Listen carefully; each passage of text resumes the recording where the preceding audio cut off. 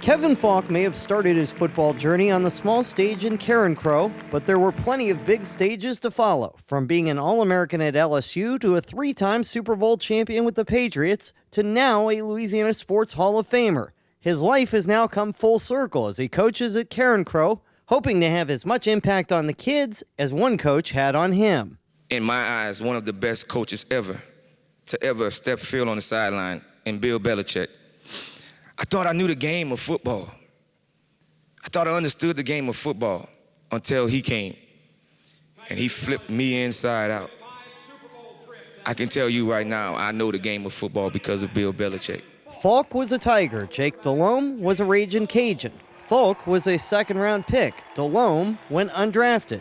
Even Falk's Pats beat Delhomme's Panthers in the Super Bowl. But despite the differing paths, they have landed side by side in Natchitoches. Truly believe the good Lord has a path for us on and off the playing field.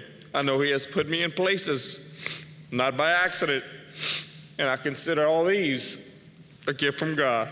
Yvette Girard was both a Cajun and a Tiger, building the Cajun softball program from the ground up in a stellar 20-year stint before heading east to LSU, where she was instrumental in building Tiger Park. In all, 2 schools, nearly 1,300 wins, and 5 College World Series appearances for this Hall of Famer. I got to coach at 2 fabulous institutions.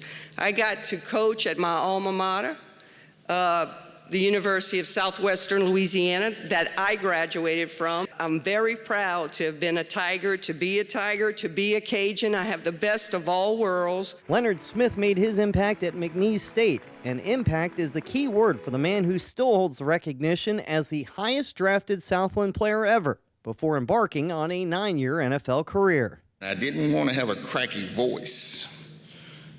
I wanted to be able to stand up here, the mean person I am. The person, when I hit you, I left a mark on you. Whether you were in bounds or out of bounds, but I made sure you were out of bounds. Pat Collins was the head football coach at the school now known as Louisiana Monroe. In 8 years there, he won 2 Southland titles, and in 1987, won a national crown. And when we put this program together, it was real simple. You got to have a plan. Got to have a plan. My plan's real simple. Champions aren't born. You got to build them. Practice like you're the best football player in America and make something happen. And in making something happen in 1987 is exactly what we did. Frankie Brothers is a coach of a different type of athlete, the 4-legged kind. The accomplished horse trainer helped his horses win $49 million in prize money in a career that spanned 4 decades. And now he is the first trainer in the Louisiana Sports Hall of Fame. I've been standing up here saying I, and training is not really an I sport, it's a we sport. And I would like to thank the many employees that have worked for me through the years, the grooms, the hot walkers, the riders, veterinarians. Otis Washington won 106 games, 7 district titles, and 3 state championships at St. Aug.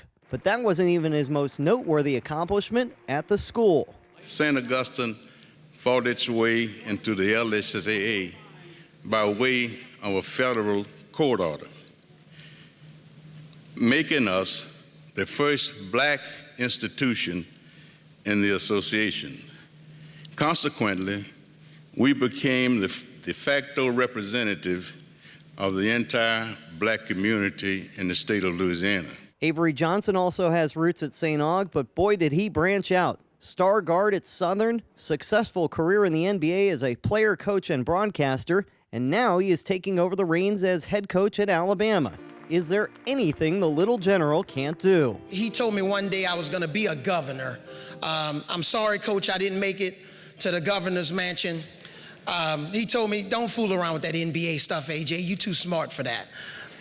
But he's here tonight, a legend, my coach at Southern University, Coach Ben Joe. The late Bobby Dower and Glenn Quibido were both honored by the Louisiana sports writers, and Quibido spoke of his friendship with Dower. The only thing that would have made it better if Bobby Dower would have been here to greet me when I walked off this stage.